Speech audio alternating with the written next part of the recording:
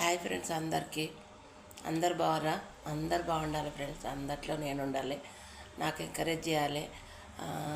నా channel subscribe చేసుకోవడం మర్చిపోకండి, లైక్ చేయడం మర్చిపోకండి, కామెంట్ బాక్స్లో కామెంట్ పెట్టడం మర్చిపోకండి ప్లీజ్ ఫ్రెండ్. నాకైతే వ్యూస్ 21,05,000 6,000 ఉన్నారండి. 1,500 సబ్స్క్రైబ్ అయ్యారు. నేను పెట్టి 2 years అవుతుందండి, అంతే. బాగానే అయ్యారని నేను అనుకుంటున్నాను. నా వరకు సింగిలే కదండి నేను చేయడం, బాగానే అయ్యారు అనుకుంటున్నా. అయితే ఇంకోటి ఫ్రెండ్స్, మా ఫ్రెండే ఆమె నాకు యూట్యూబ్ పెట్టించింది, యూట్యూబ్ నేర్పించింది ఆమెనే తీసుకుపోయింది ఆ అన్నయ్య దగ్గరికి. ఆ అన్నయ్య పేరు శ్రీనివాసు. పాట పాడడానికి తీసుకెళ్ళింది.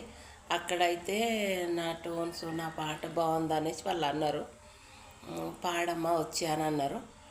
అయితే అట్లా కొంత నేను సక్సెస్ అయితే, దేవుని దయ వల్ల నా సక్సెస్ అయితే నన్ను ఇప్పుడు ఎట్లా ఎంకరేజ్ చేసిరో అప్పుడు కూడా అట్లనే ఎంకరేజ్ చేస్తే ఫ్రెండ్స్, నా అంత అదృష్టవంతరాలు ఎవ్వరు ఉండరు అనుకుంటున్నా. మా ఫ్రెండ్ ఇక్కడ దాకా తీసుకుపోయింది నన్ను, అక్కడి దాకా కూడా తీసుకుపోయింది. పాటలు పాడేట ఆయన దగ్గర దాకా కూడా తీసుకుపోయింది. పాడిన వాళ్ళకి వినిపించిన బాగుందన్నారు. అయితే 2-3 రోజులు అన్నారు రమ్మన్నారు. ఇంకా అది కొంచెం డ్యూటీకి డీలే చేస్తున్నా.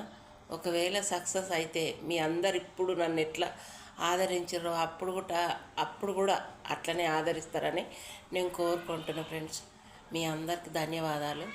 నేను ఇప్పుడు ఇంటికాడ ఉండడానికి కారణం కూడా అదే అని అనుకుంటున్నా. ఇంకా కొంచెం ఇంప్రూవ్ చేసుకోవాలి కదా వాయిస్ను, అందుకని ఇంటికాడ ఉండి చేస్తున్నా ఫ్రెండ్స్.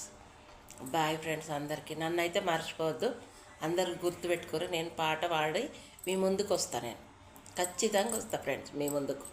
ఇది మట్టుకు గుర్తుపెట్టుకోండి, నన్ను మాత్రం మర్చిపోకండి ఫ్రెండ్స్. బాయ్ ఫ్రెండ్స్ అందరికీ.